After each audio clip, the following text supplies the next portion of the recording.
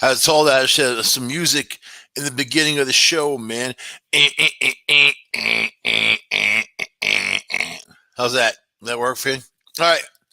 Another exciting edition of the Red Pill News. And you are taking the red pill. Nothing, and I mean nothing, screams blue pill than Prince Harry. Oh, oh God! Every dude who's a dude looks at him and cringes. You can actually feel your scrotum tightening. You're looking at this dude. You're like, oh God, what are you doing, man? You're making all the men in the world look bad. Even the ones who are like, sort of like him are looking bad. So I'm going to explain what happened to Prince Harry for you. I'm going to talk about the interview with Oprah and what a snake Oprah is really. This is a woman who made her name on exploitation. You have to understand. And then at some point, she gained mass credibility that she's the woman, this and that. And she played every card in the deck that she could, as per her right, as a human being in this world, this godforsaken world, as for her right. But is she a benefit to the progression of mankind? Or are people like that just cutthroat snake oil salesmen that are out there just looking to turn a view, make a buck? They're not looking to solve any problems, they're looking to create them. So remember that when it comes to certain people with their wants and desires for megalomania, right? Like Oprah. And Oprah was she actually claims a lot of things that aren't true about herself. But whatever, man. I'm not going to sit here and hate on Oprah because I don't hate Oprah, as a matter of fact. I understand what she is. You see, that's the red pill. You can take the red pill. You open up your eyes. You're going to have the red pill rage. You might get a little mad over certain people and the games they've played with you, and you're starting to realize, like, wow, I understand all this now. But it's more than just clarity. It is a way of life. It is opening up your eyes and understanding the nature of people. You want to know about nature? You go read the Tao Te Ching, things like that, the I Ching, whatever, man. Talk extensively about human nature and people's characteristics. And then the way of nature is unchanging. Therefore, the way of humans is unchanging, right? And you're going to have groups within groups that want progression, that want a better life, they want safer neighborhoods, they want better for themselves, for their families. There's nothing wrong with that. If you work to achieve those goals, there's nothing wrong with that. Politicians cash in on those goals. Those nice neighborhoods, they come at a cost tax-wise to you. You want a nice house in a nice neighborhood, you're going to be paying big money in taxes. So the political quo says, listen, you want to be safe, you're going to pay for it. They are worse than the mafia. Worse politicians, worse than the mafia. Because if you can't afford it, if you're a middle income person, you got a few kids, you got family support, man, that puts you in that middle world of, and you're basically the target of anything and anybody, from the big, from the small. There is no representation for people in the middle. None. It doesn't exist. Not on a political level, not on an authority level. No representation. We are left alone in this mix. So this is why when I sit here and watch a Prince Harry, who's really, he's had struggles in his life. Look what happened to his mom. I mean, really, Diana, but she was riding the carousel, wasn't she? This is the deal. Same thing. I mentioned the mob before. Same. When you get involved in stuff, willingly, especially, that you can't handle, that's just part of the game. It's just part of it, right? I mean, don't get involved. You think that Diana couldn't have married a carpenter or a plumber or an electrician or some guy who works for moving company? You think that she couldn't have settled down and had a good life with just a normal person? Did she have to go into royalty? You could always say no, right? But she did, and they did. And her son, Harry, looks just like the bodyguard. I mean, really, you look at side by side pictures, they got the same face, the same hair, the same everything. He looks like anything but Prince Charles. And I'm going to leave that there. Don't just leave it there. But here he is. This woman has control over him. The boy's got mommy problems up the yin yang. And this woman who's older, who's already out there, she was already married. Don't forget, she's already knows the game, and the game is right. She's playing him. She popped out the one baby, now pregnant with the second baby. So she has her financial anchor babies all set. She could divorce him very easily and walk away with a ton of money and then laugh all the way to Hollywood, right? And you think that she would care? Not this girl. This girl, she's dangerous, man. And she's dangerous. I think that she's dangerous to Prince Harry. I think that she's dangerous. And I'm no fan of royals. I'm no fan of anybody like that. I think they are what they are. Gluttonous cows. Really, there's no other way to say it. But the reality is, this guy has, just really, she's got a cuck call on him. He is just in that world of, that's the mommy, and she'll do whatever she says. And then he's basically drunk on that kind of energy, man. And she's a classic narcissist, psychopath, divide and conquer female. Classic. They're out there, man. I recognize it. I've been in a relationship with someone like that. I recognize it. I know, man. You could sniff it coming 100 miles away after the fact. But this guy, what they do is divide you from your family, from the people that you love. They want control over you. They want to make sure that your friends alienated, and they go. One of my friends back in the day was dating this girl, ended up marrying his first girlfriend. That is in the big book of no. You're something that you don't do. Marry your first girlfriend. You crazy? And then she wrapped him around their little finger, man. She had something that he was in love with. It wasn't her personality. It wasn't her body either. It was something else, because that was his first girl, so he had some kind of boom with her, right? The first thing she did was separate him from all of his friends who were single, like me. Because at that point, I was going into clubs in the city. I was working at places like that. And then, boom, became a writer, an entertainment writer in the city on Long Island. So I was cruising. I was going to places, man, having fun. And then wanted him to come along. He wasn't allowed to. He had to ask permission. Why is it you're in a relationship, you have to ask permission of the person that you're with to go and do something? What the hell is that? You just give up? So yeah. One of my friends just the other day said Prince Harry deserves to lose his man card. So we are revoking his man card, man. And this guy is no slouch. He went to war. He fought in Afghanistan. He did all this other stuff, whether that's real or photo ops or whatever. I don't know. I think he had a death wish for a while there, man. He probably hard to process what happened to his mother. There's, I bet he knows a lot more truths than we do about the mom. And I think that this is, with this girl and the whole bit and how she led him down this path of just shunning his family, not just shunning, really bringing them out, as slaughter, because, especially using the buzzwords racist, that type of stuff. Royal family is racist. Of course they are. Was there any guess? You know what? There was not an aha moment, whether they said what they said about babies or whatever.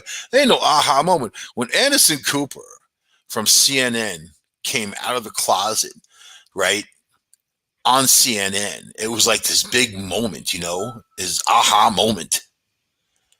Aha. I was like, of course he's gay. He's gay. I would have been surprised if he said he wasn't. You know what I mean? Of course the royal family is racist, man. You think that they're known for not being? Look at Diana. Diana went to be with AIDS babies in Africa, kissed them on the forehead and stuff, hung out with Ebola patients or whatever, man. She was different. Different. The rest of these guys, you know the deal. You know the drill with them, and they're beyond racist. They're financially prejudiced. Is what they are.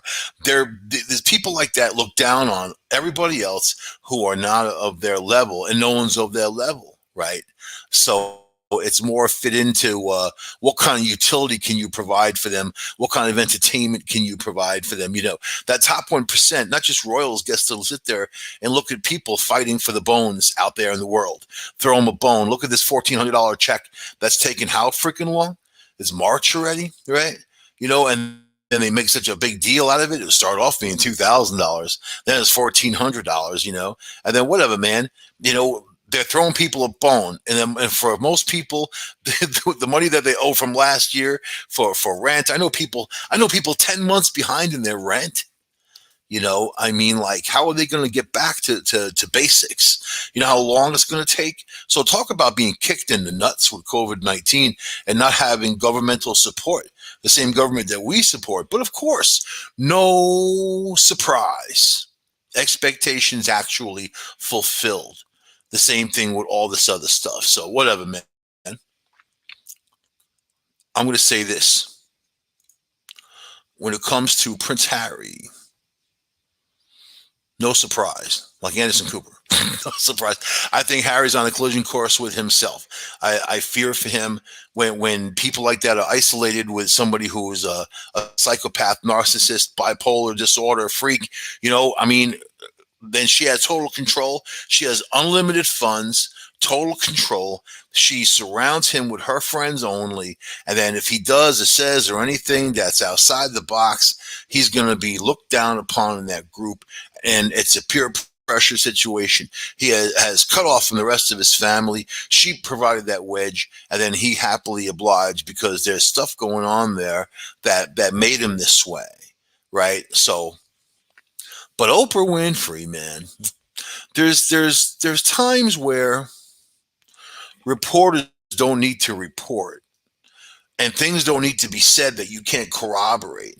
This girl could say whatever she wants about the royal family, but without being there. And I'll tell you this as an investigator. And this is what gets me when I see this stuff, these interviews.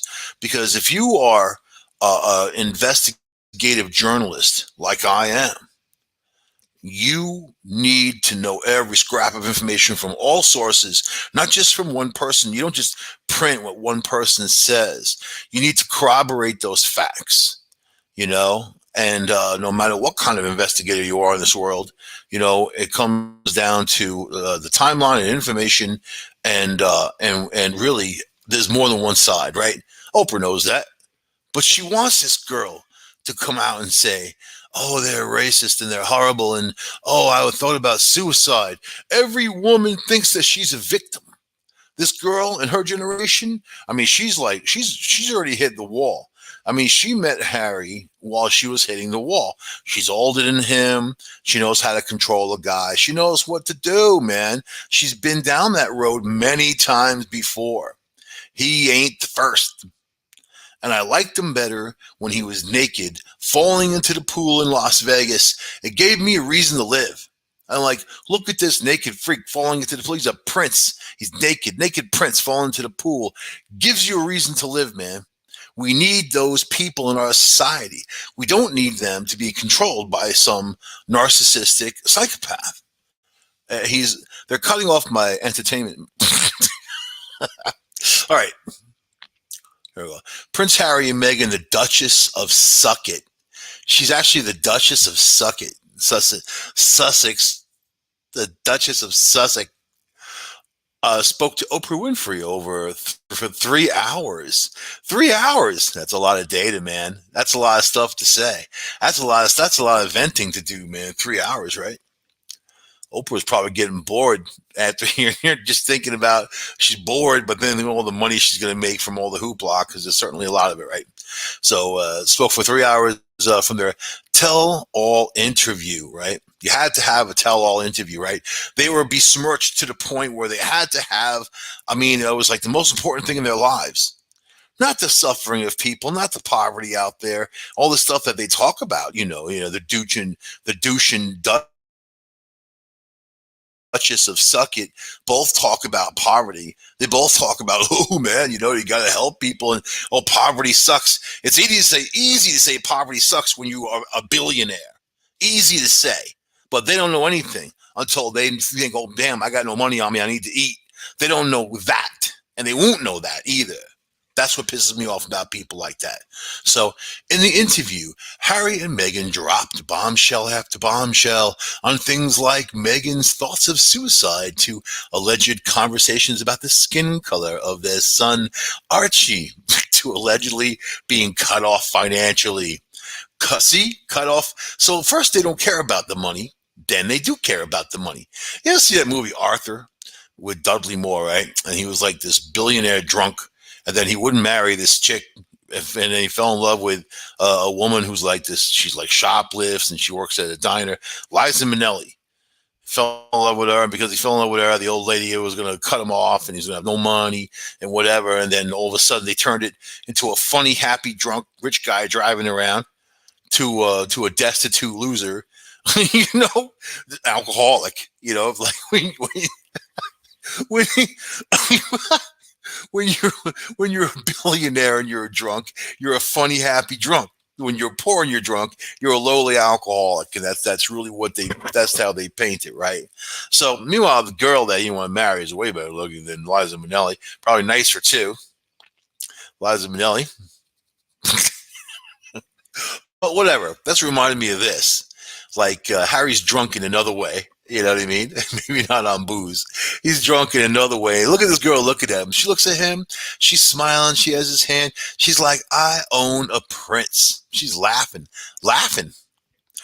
Buckingham Palace on Tuesday issued only a brief response to Harry and Meghan's interview. They stated, that's bullshit! Exclamation point. What the hell is wrong with him? Making it clear that any fallout from their claims will be handled privately as a family. We're going to do it privately. That's when you're most scared. When somebody who has the power to basically have MI6 remove you from this planet, that's when you're most scared. You know what I mean? That's when you can't go anywhere because you're the prince. You're the douche and Duchess of Suckett. You can't go anywhere without being known. I could disappear in this world easily, happily, joyfully, man. Nobody would even miss me. But these guys, they can't go anywhere.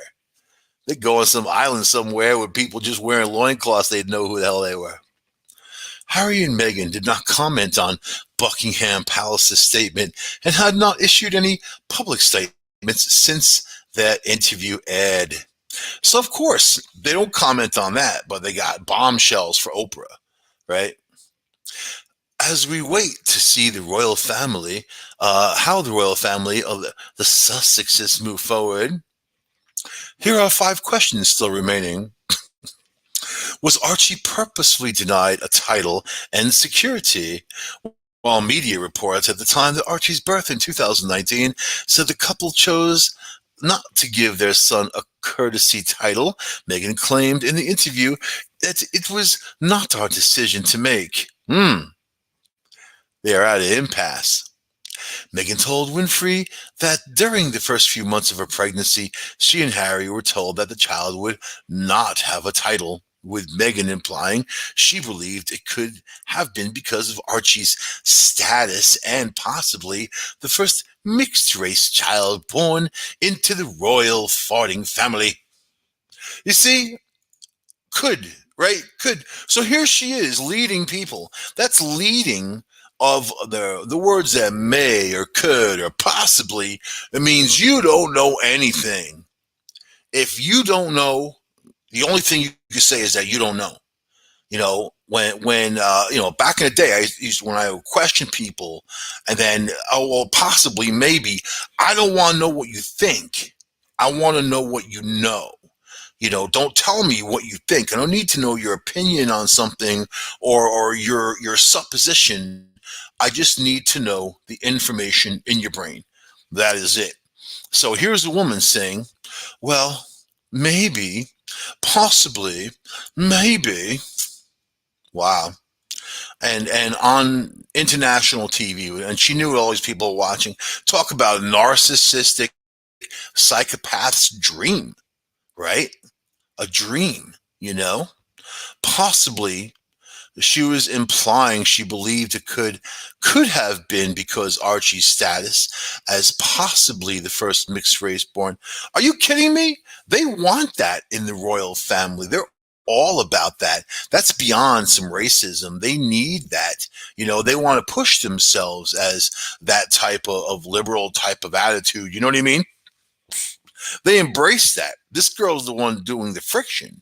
She's the one. Whenever you have someone come in left of center, and that person, that woman, separates the guy from his entire family and friends and all the stuff that he loves to do, for instance, and minimizes everything that he cares for and loves, but yet all her needs become the most important thing to him, you know that you are in a situation that is a no-win situation, and you're with somebody who is willing to use you for that, so this is the dangerous part. And I say also, listen to her family. Let me tell you, she's estranged from all these people, the father, the sister. The sister says she has this narcissistic disorder or whatever, man. Yeah, I get it. So she said, Meghan said, they were saying they didn't want him to be a prince or a princess, not knowing what the gender would be, which would be different from protocol. She knows all about protocol, I guess, right? She's a genius.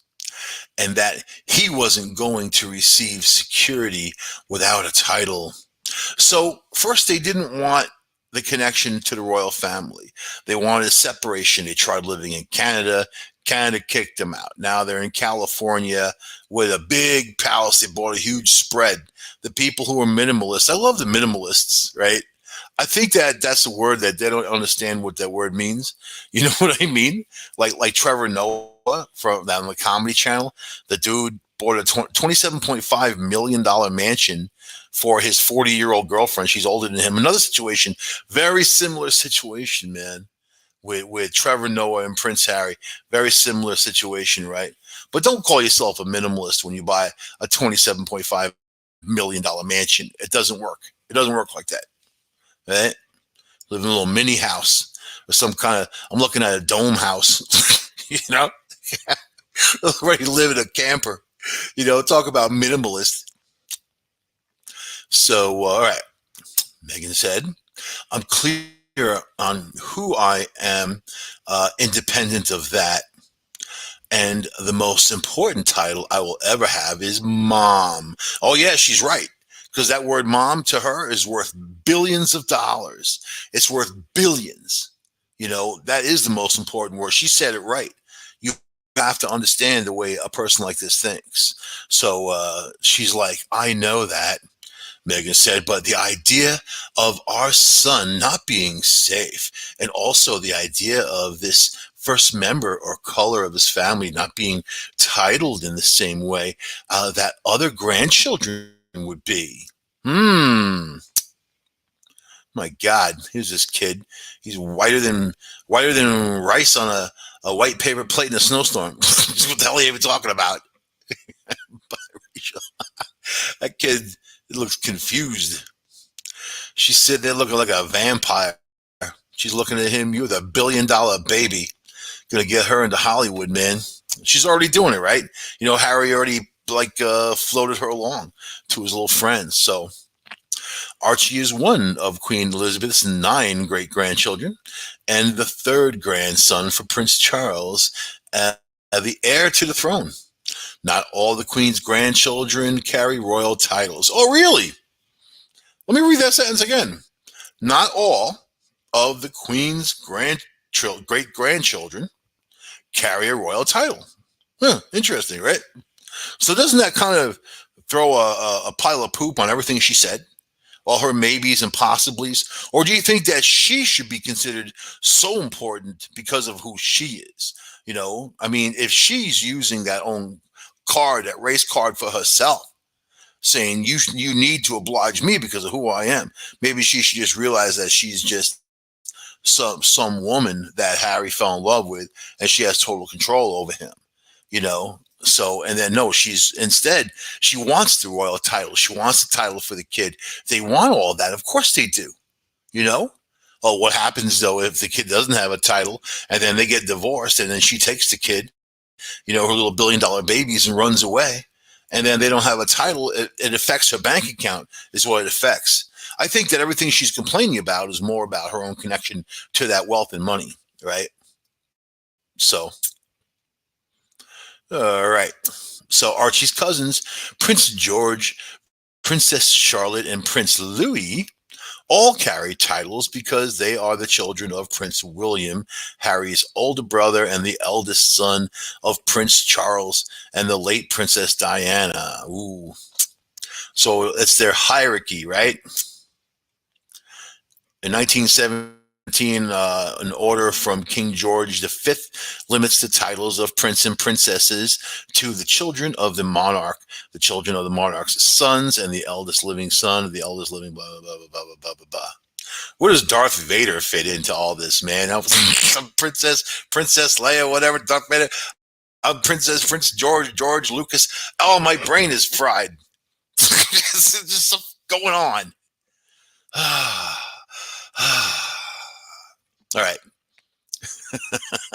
So, all right, a lot of it's BS. So the question number 2 of the ask: what conversations took place about Archie's race? So, I mean, these are all the things that she alleged. All right.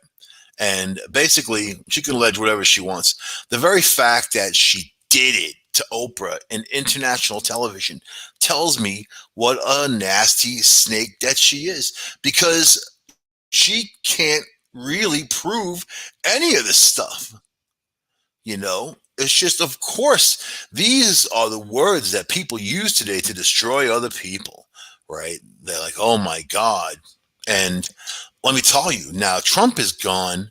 The fake outrage is dying down. And we're going to get back to a place where a lot of this stuff, and especially royal family, number one, we're here in the United States anyway. I know we have a large audience in the UK, but here in the US, this is funny to us, how our politics is funny to you guys in the UK, man. You know what I mean? And then look at Prince Harry and this, like they're ridiculous. These people are ridiculous in the way they act and hold themselves. But Harry's doing it for a reason. He's got, and I'm not a psychologist, man. I'm not gonna delve into any kind of crap like people do on CNN or whatever. They're giving diagnosis of someone. All I'm seeing is a guy who is in turmoil, who is struggling, and I can feel his angst and I can feel his depression. I'll say that. I can identify with it because I've been there myself. I've been there myself.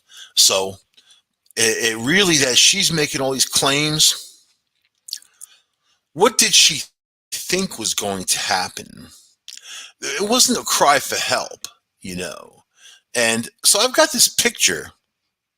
I can't show it to you, but I've got this picture of Meghan dressed up like Diana. I mean, identical at certain photo ops that she had. And, Meghan recreated the outfit, the look, the expression on her face, and had those identical pictures taken. This is a woman who is a master manipulator. She's got Harry wrapped around her finger, and he'll do whatever she says, right? So I'm going to say this. This is the response from the Queen after all of this, right? Because of course they have to say something, and they have to play it cool on top of that. And they got enough trouble when Andrew wanking underage girls. Obviously Epstein disappeared, and all this. Well, I don't know what happened to the FBI footage. I don't know what happened to photos or recordings. All the stuff that they said happened is gone. All the people who are supposed to be held accountable, the governors, the CEOs, all these other people are gone. That's justice for you when you're the top 1%. They off one guy in a high security building, hangs himself from 4 feet, 6'2" man hangs himself from 4 feet in the air. Yep. But this is a response. All right, here we go. All right. So, Buckingham Palace may have finally responded to the explosive allegations made by Prince Harry and Meghan, the Duchess and Duke of Sussex. the Oprah Winfrey interview on Sunday by saying that they will be addressed by the family privately. That's their thing. That's what they said. That's the big response. It'll be addressed by the family. And that's why I say you should be afraid. Be very afraid. Because they're gonna do whatever, man. These are powerful people. But, you know, why make trouble when you don't have to make trouble? Oh, you know why? Because there are people out there that love it. They love it. They love it. Especially narcissistic psychopaths. They love to make trouble. They can't ever rest. They have no shut-off valve. They will destroy your lives. Those people, if you allow them to. This girl knew exactly how to get this dude. All right. So the family did respond. Prince William responded. Okay. Harry's brother, who I ultimately feel like is going to be there for Harry in the end. William's going to be there for him. All right. Because there's a bond there that goes beyond this girl. This girl's a stranger. She's just in Harry's life for a short time. He's making babies with her. You know, she's not the blood. So there's something to that, right? This is his response. Because you know he's going to respond because he's got this thing going on.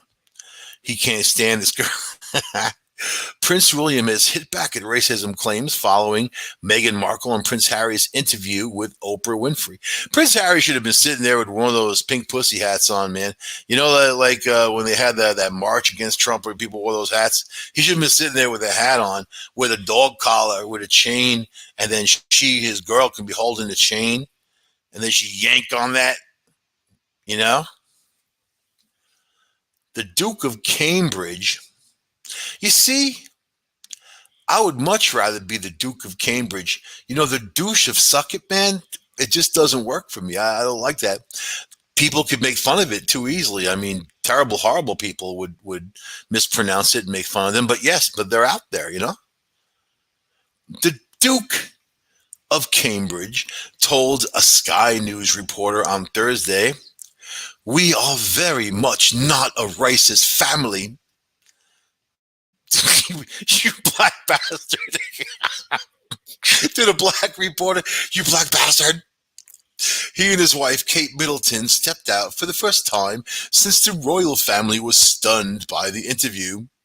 When asked if he had spoken to Harry after the Oprah interview, he added, "No, I haven't spoken to him yet, but I will do." You know? I love that. I will do. Arr. That's like some arr, I will do. No, I haven't spoken to him yet, but I will do. All right. It won't be a fun conversation either.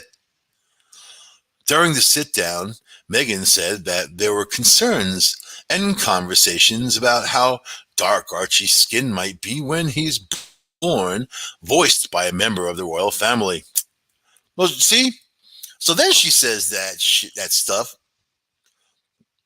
and you don't know who said that. It could be anybody. Royal family is gigantic, you know. But why do it, man? Why put it out there? You know why? Because the girl is establishing herself as the new queen, isn't she? But she's a queen of fantasy. It's a fantasy world because reality will start tumbling down. But she's win-win. Even if they get divorced and she walks away, you know, even if she has some prenup, she's still walking away with billions of dollars and she still has that notoriety. Then she can go be with some other dude and then whatever. And then Harry will go and jump off a bridge, right? I mean, I feel like if he's got no one and he hits rock bottom, let me tell you, man, I've hit rock bottom. If you don't have anyone, that's a very, very dark place to be. You know, even if you got a couple people, it's a very dark place to be. And what happens between you and your fate is entirely up to you, you know. But you see a lot of people who were in turmoil and then they ended their own lives because they couldn't handle it. They weren't being helped at all. In fact, people around them who allegedly say they love you will add to it.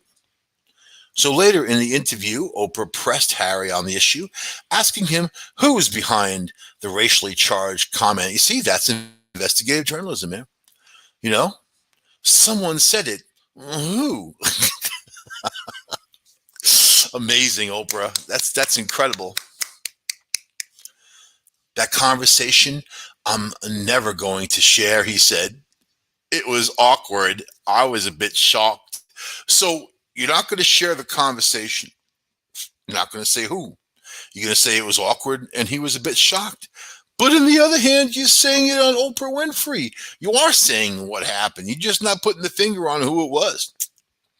Maybe it was Prince Andrew. He seems kind of a dumbass, would say something like that.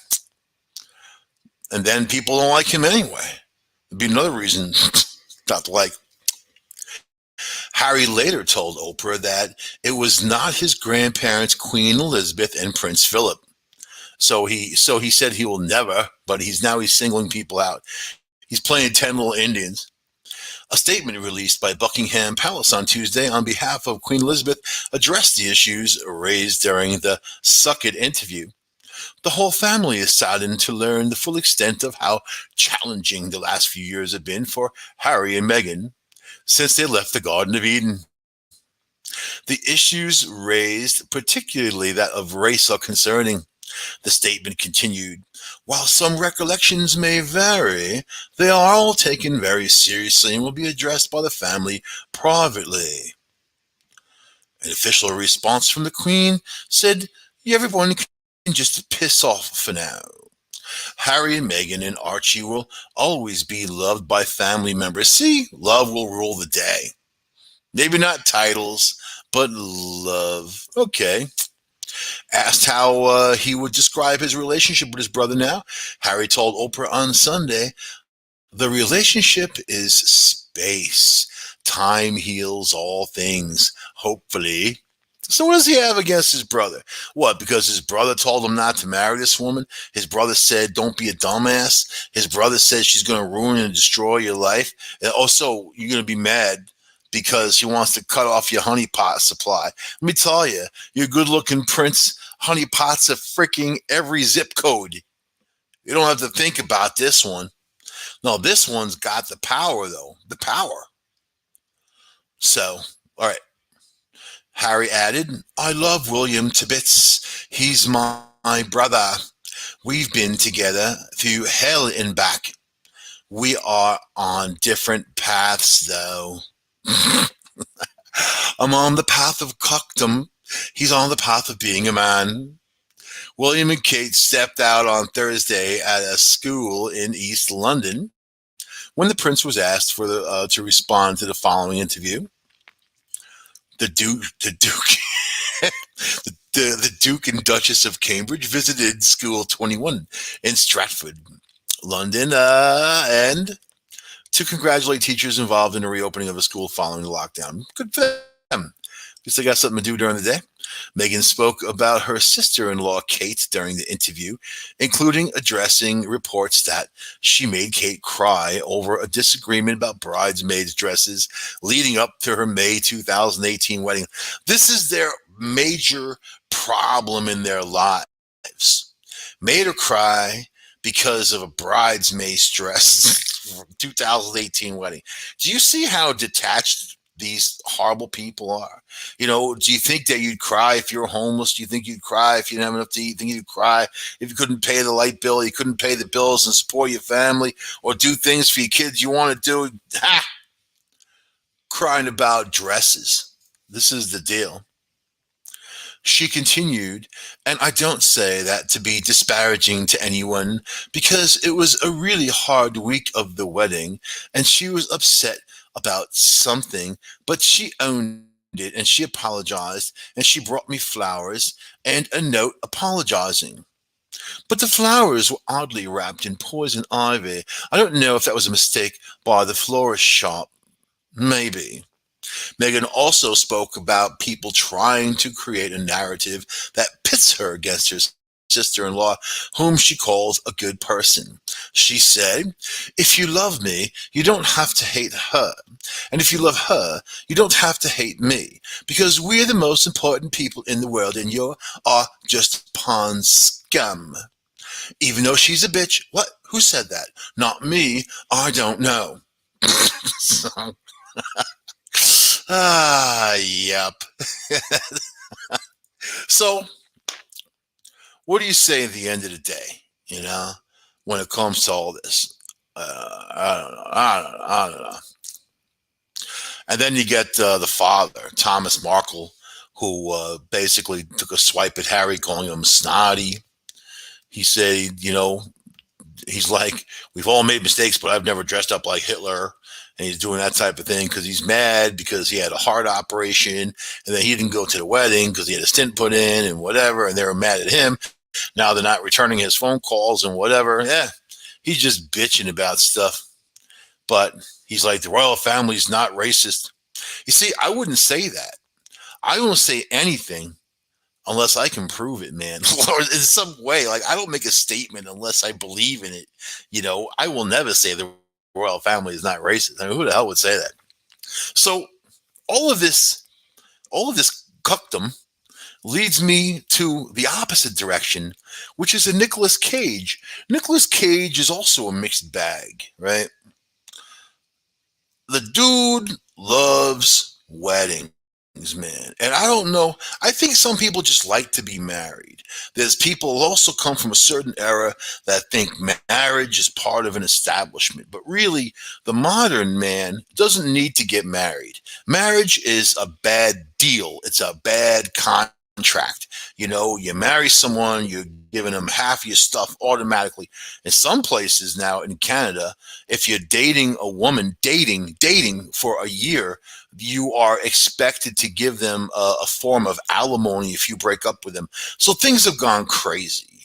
And men are going to adjust because of this. The more pressure you put on men and their wallet, the more that's going to break. And men are the ones who run the world. Let me tell you something. You need a car towed out of a ditch, you're not calling a bunch of women. You need to fix an airplane to get it up there, man, or invent something or whatever, man. I'm not saying there's no woman inventors, but I'm saying men run the infrastructure.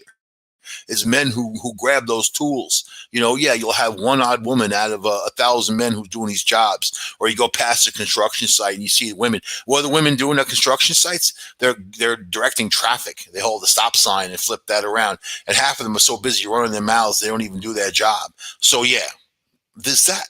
So which brings us to Nicolas Cage, all right? Nicolas Cage is a married man again, having wed Rico Shabita last month at the Wynn Hotel in Las Vegas. Very, very shanty, must say. If you're Nick Cage, you must have had a free ticket, the free deal.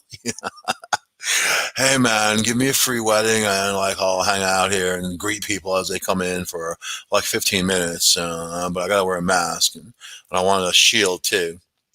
It's true. It's true. We are very happy. The actor said in his statement, the couple wed February 16th.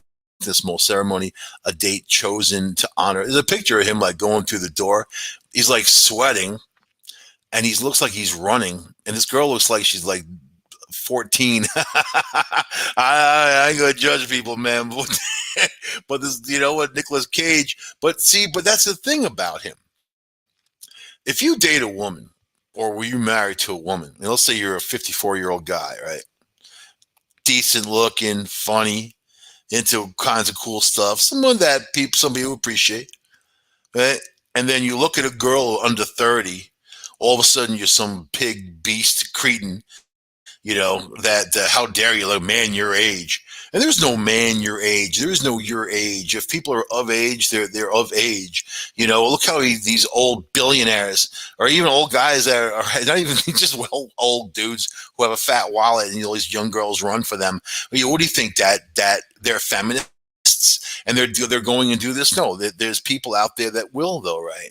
And then if that's what they want, that's what they want. It's their deal. What about all the older women who go? Not even the cougars. I'm talking about the grannies who are going for young guys in their early 20s or even late teens. But that's perfectly okay. No one can say anything about that, right? So whatever, man. I don't get into games like that. I call a pig and a war a war. So whatever. Rico wore a handmade bridal kimono. I was about to criticize her on her dress because I really hate the sock and sandal look, man. I mean, I understand it's part of the heritage, Japanese and whatever. I don't know. I don't like it. Something they should change. Not saying that you can't change history or something, rituals, man. I see people at the 7-Eleven. They got the socks on and the sandals, and the socks are always like dirty, and they have like leaves like sticking out of them and stuff, like whatever they pick up from outside. I see that, man. I'm at the store. I go to the supermarket. I see people in the sandals. I'm at the farmer's market. I see people with these sandals, and I'm like, ugh. It just seems really unclean to me for some reason. I don't know. No. Rico wore the handmade bridal kimono. Cage's tux was by Tom Ford. The couple exchanged traditional Catholic and Shinto vows, that must have been interesting, with readings of Walt Whitman poetry and Japanese haiku sprinkled in. You got Nick Cage did a haiku for his cat, right? Like, hold on, I got something to say. At this wedding, my 5th wedding, I was almost married like another 11 times. Here's a haiku for my cat that's at home looking out the window, wondering where I am to give him treats. In the morning light, you sleep despite my meow. I stand on your face. People are like, oh my God, Nicolas Cage, you're a genius. Genius. That's right. I'm a genius. Cage's ex-wife, one of them, Alice Kim, with whom the actor is still on good terms, man, can't beat that, joined the couple to celebrate afterwards, along with Kim and Cage's son, Cal. Cage and Rico met in Shiga, Japan, and have been together since shortly after the dissolution of Cage's last marriage to Erica Koike, which lasted for 4 days in 2019. Yeah, 4 days. You'd think things out a little more than marrying someone for 4 days, right? So shortly before the pandemic shut down New York in March of 2020, Cage and Rico were spotted on a date at Tavern on the Green, where he's exactly the kind of guy that would go to Tavern on the Green too, man. Where, where they didn't talk much, but made sure to drink lavishly before taking a carriage ride around Central Park, having already taken in the Museum of Natural History earlier this week. He's probably shown her in New York City. That's what everyone does in New York City for the first time. They go to Tavern on the Green, they do the ride around the park with the horse, and then they go to the Museum of Natural History, where they happen to torture animals in their basement doing government testing. I don't know if you guys know that. That's why I boycott the place. But man, Nick Cage doing it all. They're kissing this young girl. This looks like something like, I don't know. But according to the Daily Mail, Cage, who proposed via FaceTime, that's nice. Hey, Shinto, you marry me? Whatever her name is. Hey, Rico. Sorry, that's not your name. I'm FaceTiming 3 other girls that just asked me to marry too. Whoever says yes first gets married. Right? FaceTime and FedEx Rico's ring to Japan announced their engagement in August on his brother Mark Coppola's radio show.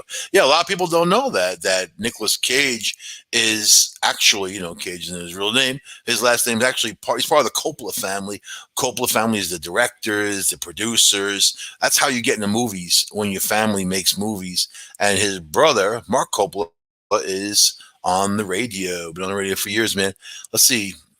Nicolas Cage said, she left New York and went back to Kyoto, Japan, and I went back to Nevada because I had owed the wind something for the wedding. I had to greet people for 15 minutes on Saturday night at prime time, and I haven't seen her for 6 months. 6 months. That beats the 4-day marriage. He's not very consistent. We're really happy together. How do you know you are? How do you know you're happy with someone when you haven't seen them? You got married from FedEx and whatever. It was FaceTime. You know something? I had made a joke at this woman one time that I was friends with, and I was like, I said, I'm just going to love you from afar. I'll tell you when we get divorced, and I'll send you half my stuff. It's cut out the middleman. This guy, we're very happy together, but I haven't seen her. He just finally said, look, I want to marry you. And we got engaged on FaceTime.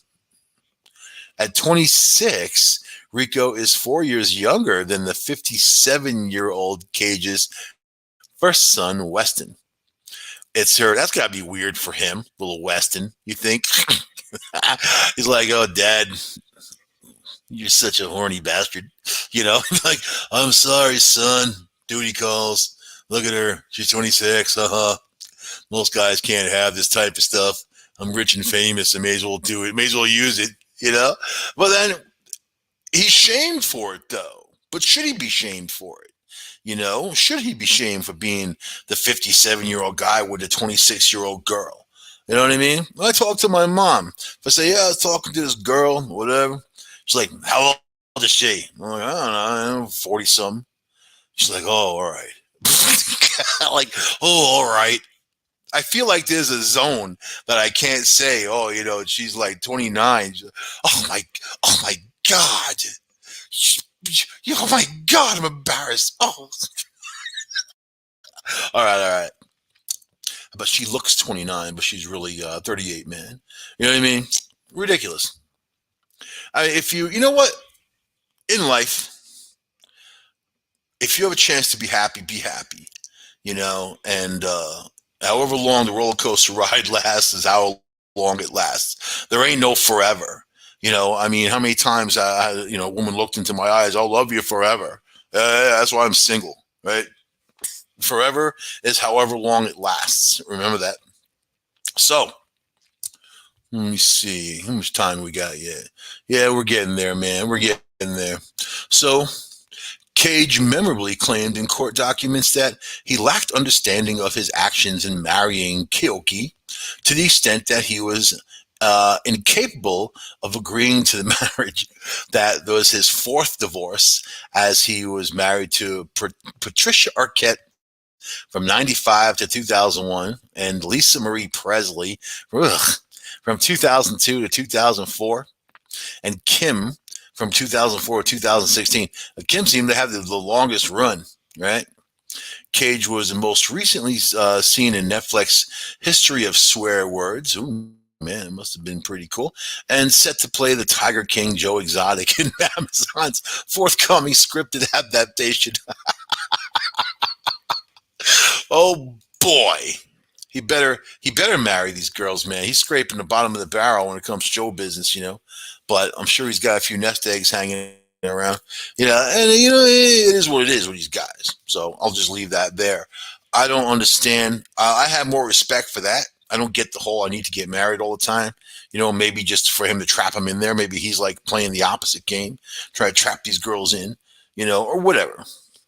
It comes down to, I feel bad for people who have been just kind of dismantled by somebody else. And once they get into your head and they play those games and they start putting you down and all the shaming language and all the stuff that they do, it takes a hold of you and pushes you into a hole. So I'll leave that there. I'm going to end the show here. This is me on the Red Pill News. I hope you guys have taken your red pill for today, man. And don't get too angry when you start seeing the truth, because the truth is what sets you free. Use it to your advantage and know people when you deal with them, man. I'll see you guys next week on the show. United Public Radio Network, UPRN, TalkRadio.com, 107.5 New Orleans, and 104.7 in Pass Christian, and 181 countries around the globe. Red Pill News.